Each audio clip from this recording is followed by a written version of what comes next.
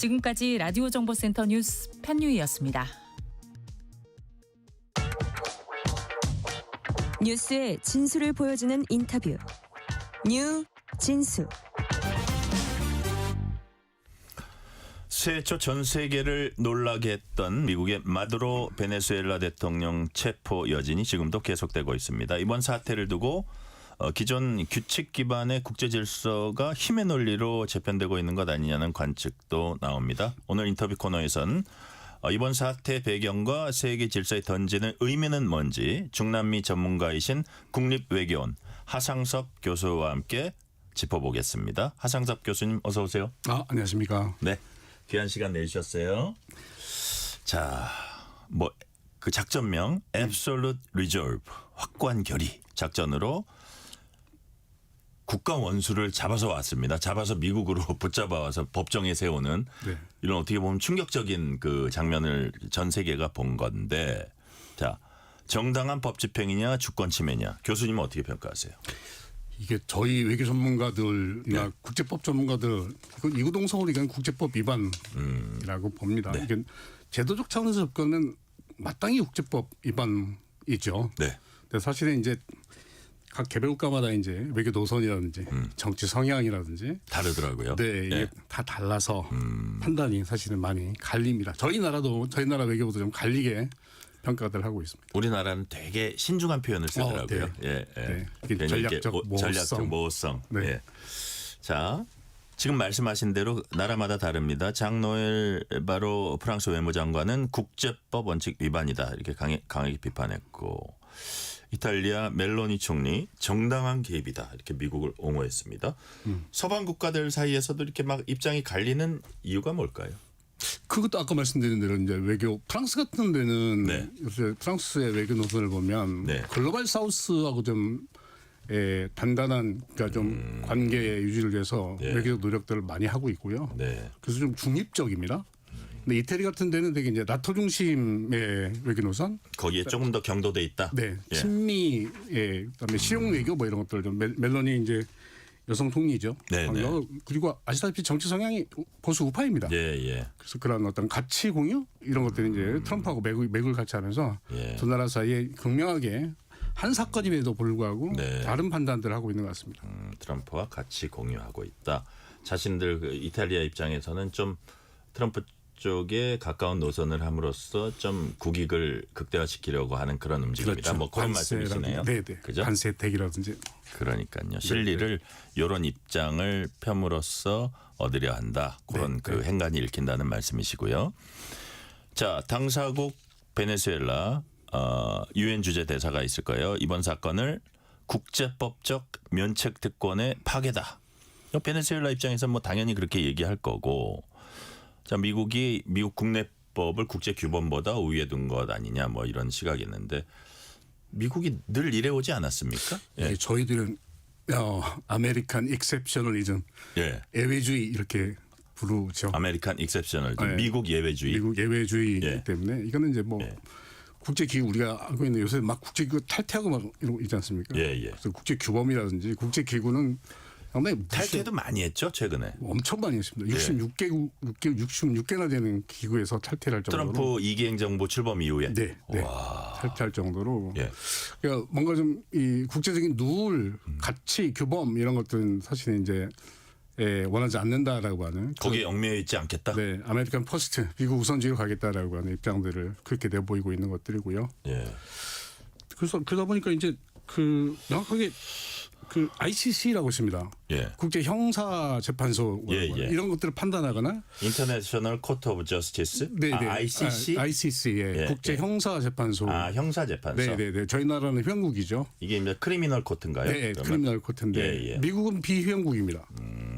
그러니까 뭐 이런 국제적인 범죄, 사건 이런 데서 국제기구의 판단을 받지 않겠다. 우리 스스로 우리 국내법 가지고 국내법으로 충분하다. 예를 들어서 뭐 이런 필요하면 무력을 쓰겠다 이거네요. 한마디로. 입장들을 펴고 있는 것들이죠. 그래요. 그래서 국제법은 사실 굉장히 무시하는 이런 경향을 보이고 있습니다. 이전에 비슷한 사례가 노리에가 아니었습니까? 파나마 실권자. 89년도. 잡아서 법정에 세워버렸죠. 미국 법의 기준에서 그렇게 됐죠. 제 기억이 맞다면 그건 1989년 네. 상당히 오래전인데 거의 37년 36년 36년 전에. 네, 다시 마두로를 체포하면서 네. 역사가 반복되고 있다 뭐 이렇게 판단을 하고 있습니다. 예.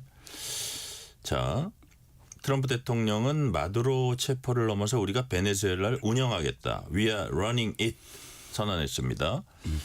뭐 일각에서는 그냥 돈노주의 이게 그래서 이게 그 먼로주의하고 트럼프가 하도 돈을 좋아해서 돈인 줄 알았더니 도널드의 네, 준말이라면서요. 네, 네, 네. 도널드 트럼프의 돈, 네. 그다음에 먼로의 로, 네. 그러니까 먼로 독트린,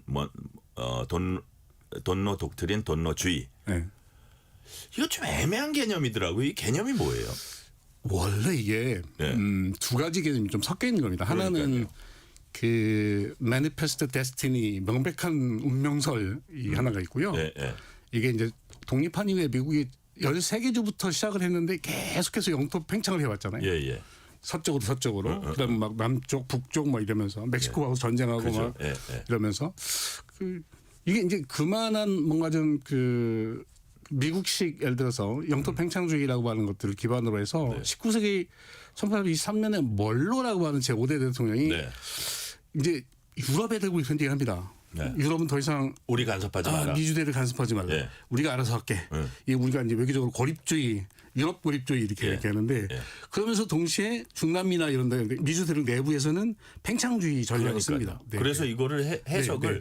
팽창적 고립주의 뭐 네, 이러더라고요. 네. 그렇게 해서 헷갈리는 개념이긴 한데 그러니까요. 지정학적으로 보면 정확합니다. 유럽을 멀리하고 남미, 중남미 쪽은 예를 들어서 포섭하겠다라고 하는 전략이 그러니까요. 멀로주의고요. 이게 20세기 초반에 아주 이제 매우 편리한 네, 주의네요.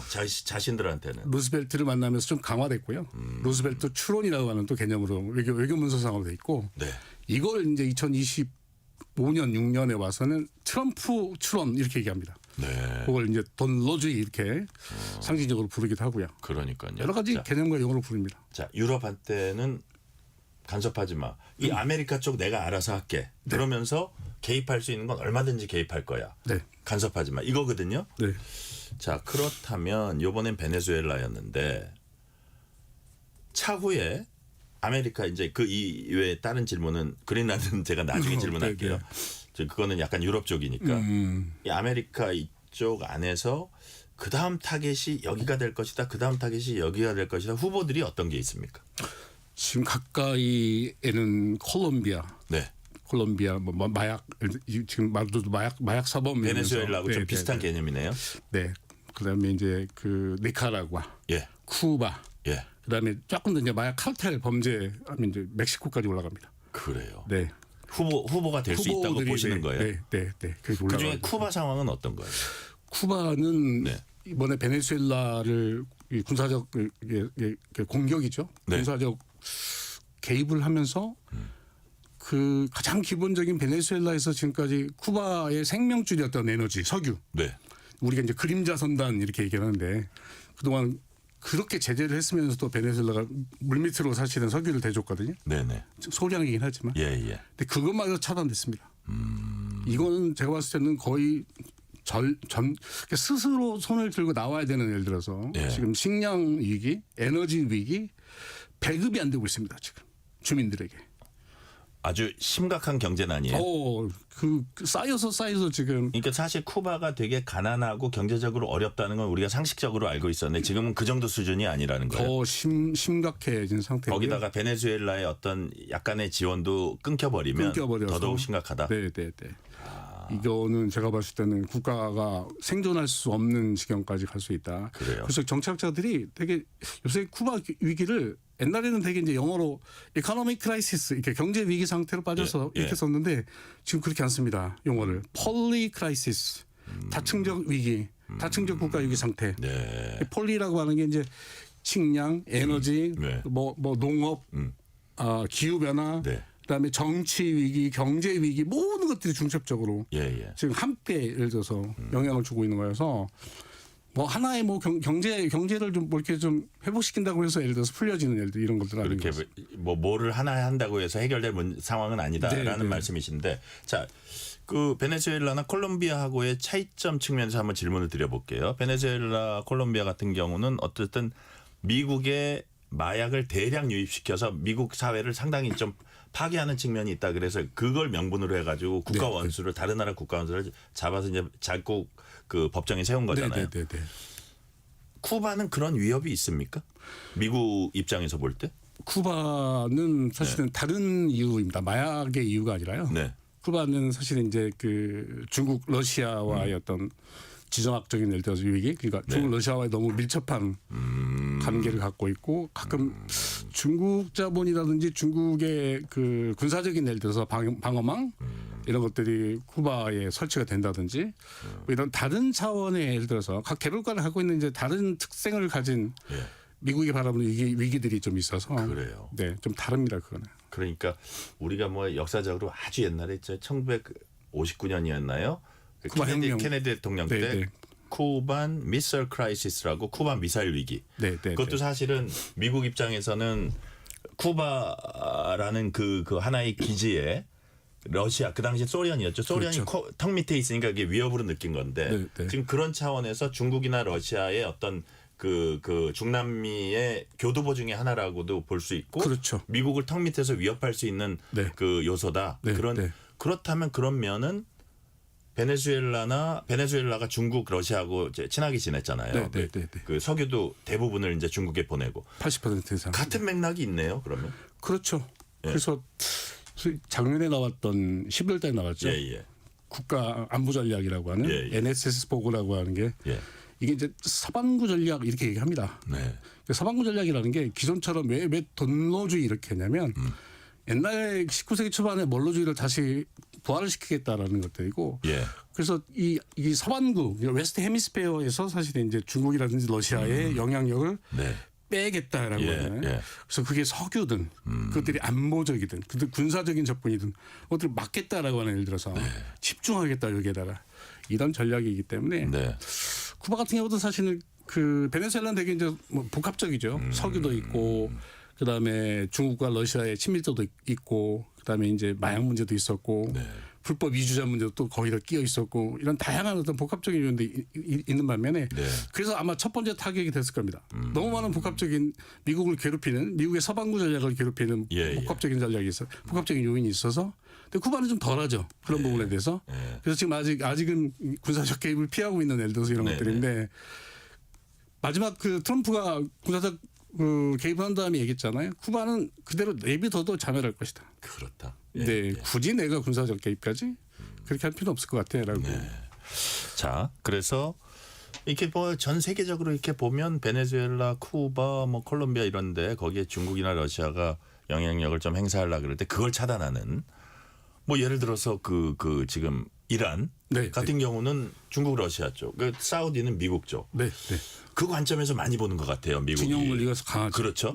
그런 관점에서 중국의 어떤 그 지배력 강화, 영향력 강화는 우리가 묵과할 수 없다. 이게 가장 미국 외교의 어떤 중심축이 아닌가 숨어 있는 그런 생각이 드는데 자.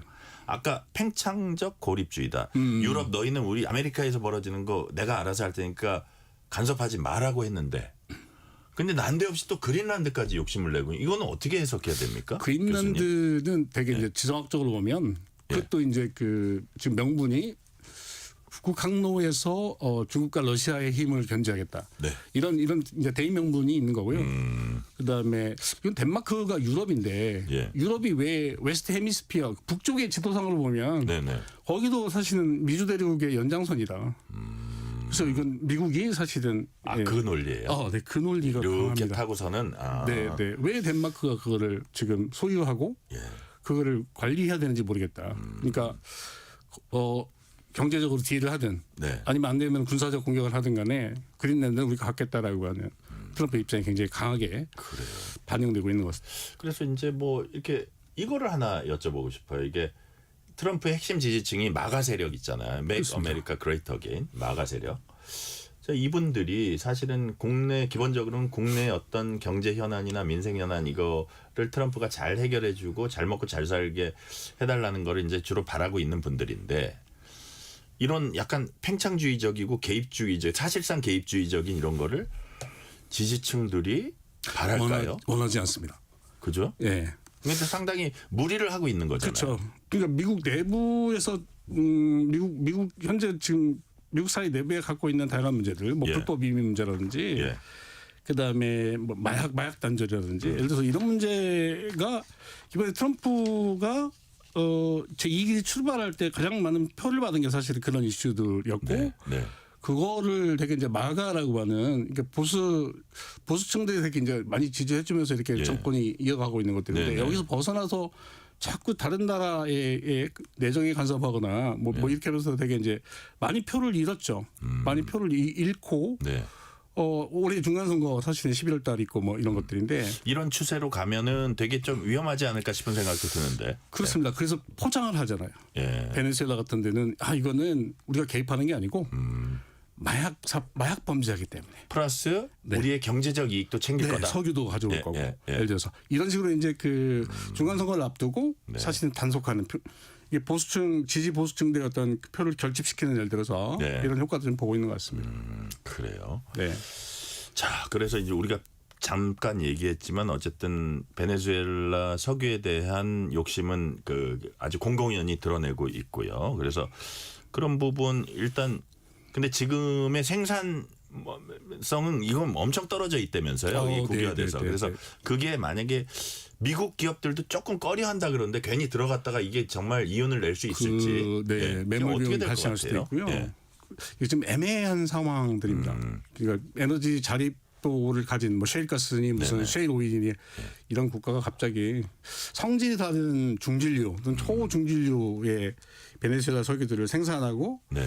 이것들을 좀 수출하고 뭐 이렇게 관리하고 이렇게 하겠다 네. 뭐 이런 것들인데 이것도 시간이 꽤 오래 걸리죠. 이걸 다시 인프라 구축을 다시 해야 되고 뭐 이러니까 네, 네. 그래서 미국 기업들도 들어가기 꺼려하고 사실 예. 이런 상황인데 핵심은 그런 게 아니고요.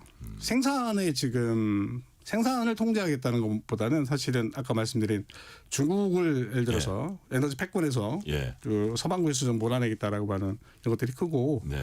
그럼 문제는 이겁니다. 그러니까 석유 생산량이 아니라 단가입니다. 예. 석유 가격들을 통제하겠다. 예. 베네수엘라가 오펙 멤버 스테이트고 예. 오펙의 수장이거든요.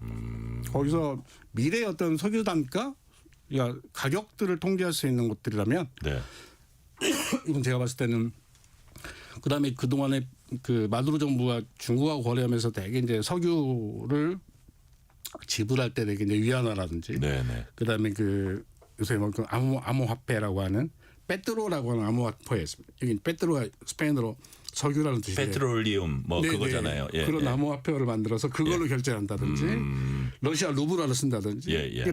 탈달러화 전략들 이런 어떤 그러니까 지금 달러가 그 탈달러화 되는 것들이 트럼프 입장에서 보면 가장 위기인 상황들인데 예. 지금 미국의 경제 위기니 그다음에 뭐 이런 것들 때문에 그래서 자꾸 이제 그런 식으로 가는 걸 막겠다라고 하는 것들이 기본적으로 보면 그 어떤 석유 생산량 통제가 아니라 석유 자본과 관련된 가격이라든지 인프라라든지 수출 구조라든지 이런 것들을 통제하겠다라는 전략이기 때문에 그렇게 볼 수도 있습니다. 그래요. 지금 교수님 말씀을 듣고 보니까 어쨌든 그 브릭스 가입 추진하면서 탈달러화 체제 이제 합류하려고 한 부분. 네. 그다음에 그게 심하죠. 베네수엘라가 이란으로부터 정제 드론 기술 같은 걸 수입하고 있는데 또 베네수엘라가 수출하는 80%는 중국이 수입하고 있고 뭐 그런 그래서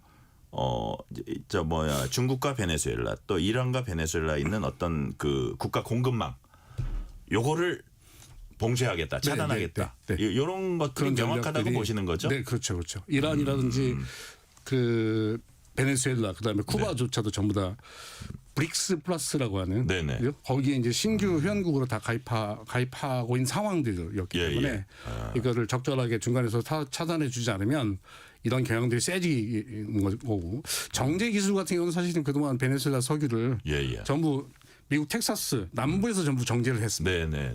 근데 이게 이제 차베스가 들어서면서 국유화시키고 베네수엘라 석유 수출을 막고 뭐 이러면서 이제 정제를 전부 다 이제 이란이라든지 아니면 다른 데서 하다 보니까 중국이라든지 하다 보니까 정제와 관련된 산업 그냥 미국의 적대국 쪽으로 많이 맡겼군요. 네. 그 산업이 정제 산업이 굉장히 좀 다운되면서 미국 입장에서는 고용률도 다운되고 일자리도 많이 사라지고 이러다 보니까 그것조차도 다시 부활시키겠다라고 하는 그런 전략 같습니다. 자, 중국이 겉으로는 이제 미국의 국제법 위반 비판하면서도 내심 미군의 특수전수행 능력에 굉장히 놀랐다 이런 분석도 있거든요. 실제로 그럴까요?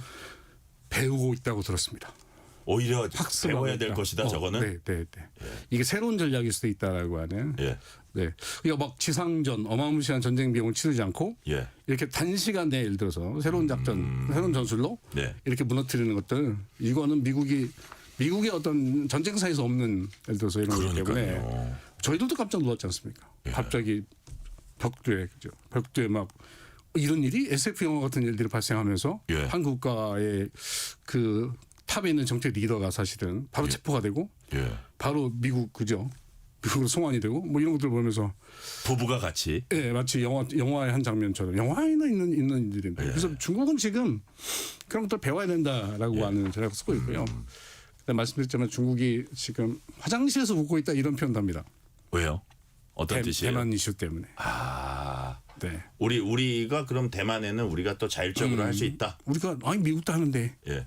우리라고? 예. 네. 이게 이제 우리 공평하게 하자. 나쁜 선례가 됐던 거죠 이게. 나쁜 전례가 될 수 있다. 네. 러시아도 웃고 있고요. 네. 자, 그리고요. 지금 어차피 그때 그 베네수엘라 대통령 부부 잡아오는 그 작전, 영화 같은 작전이라고 하셨는데 그 사살된 40명 가까운 경호진이 네. 쿠바 사람이라는 얘기를 저는 처음 알았거든요. 네. 그 쿠바가 그쪽에 뛰어납니까? 쿠바가 잘하는 서비스들이 꽤 많이 있습니다. 예, 뭐예요? 예, 쿠바가 가장 그 우수한 게 네. 우수한 분야가 절대 해외 자본에게 내주지 않는 세 분야가 있습니다. 네. 하나가 교육, 그다음에 의료, 그다음에 국방. 네. 다른 산업들은 다 뭐 사회주의 공산주의 국가지만 다 개방을 하더라도 이건 안 합니다. 예. 스스로 꽤 뛰어난 숙련된 전문 인력들을 거기가 갖고 있고요. 네. 차베스 때부터 사실은 이제 쿠바가 그런 것들을 보좌를 했습니다. 경비 서비스, 의료 서비스, 그다음에 많은 교육자들 이런 것들을 베네수엘라에 보내고 반대로 베네수엘라 석유를 그 답례로 받는 선물 거래로 받는 예를 들어서 이런 어떤 외교들을 사실은 해봤는데 네. 이번에 이제 그 현장에서 이제 사실 이제 그런 것들이 이제 많이 드러났죠. 네. 그래요. 자, 0830님이 이런 문자 주셨어요. 국제 이슈 알아듣기 쉽게 전달해 주셔서 감사드립니다. 많이 배우고 이해하고 있습니다. 다음엔 그린란드 관련해서도 자세히 다뤄주세요.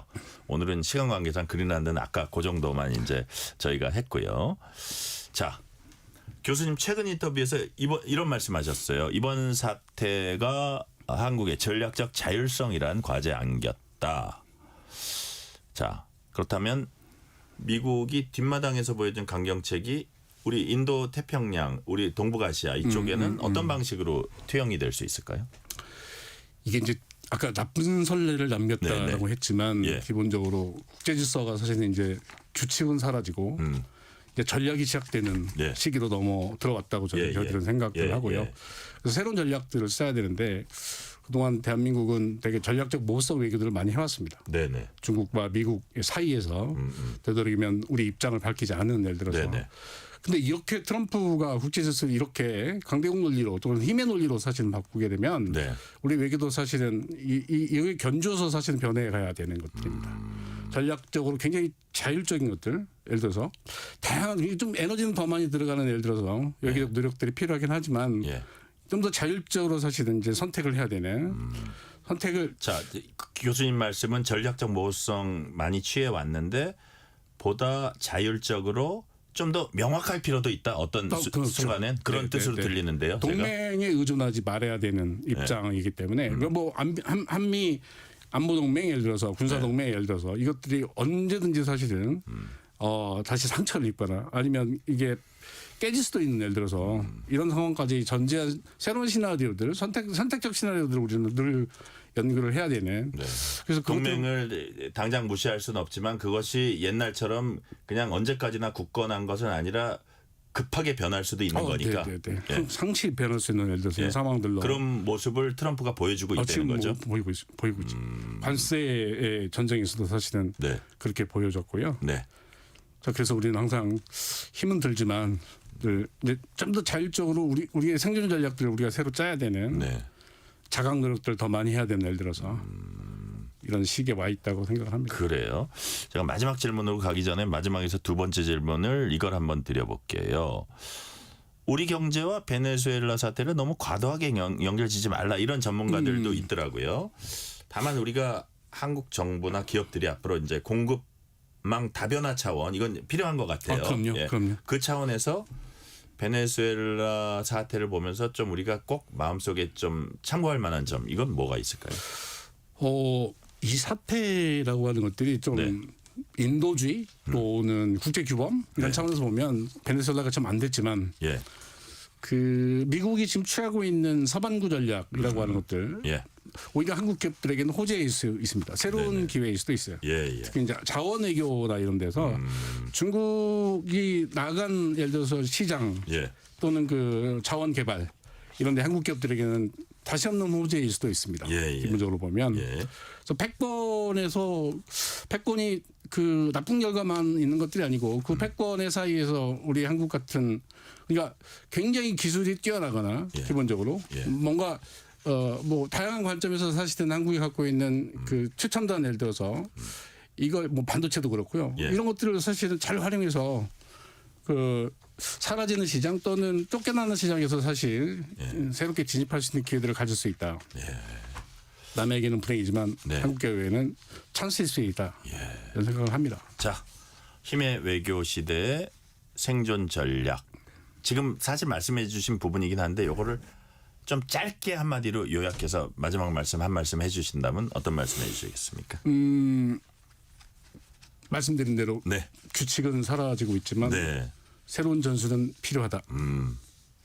자, 그것에 아주 그 다변화되는 어떤 사회에 아주 그 적절히 대처해야 된다. 그런 말씀이시네요. 네. 자, 오늘 말씀은 여기까지 듣겠습니다. 지금까지 하상섭 국립외교원 교수였습니다. 교수님 오늘 말씀 감사합니다. 수고하셨습니다. 편지 왔습니다.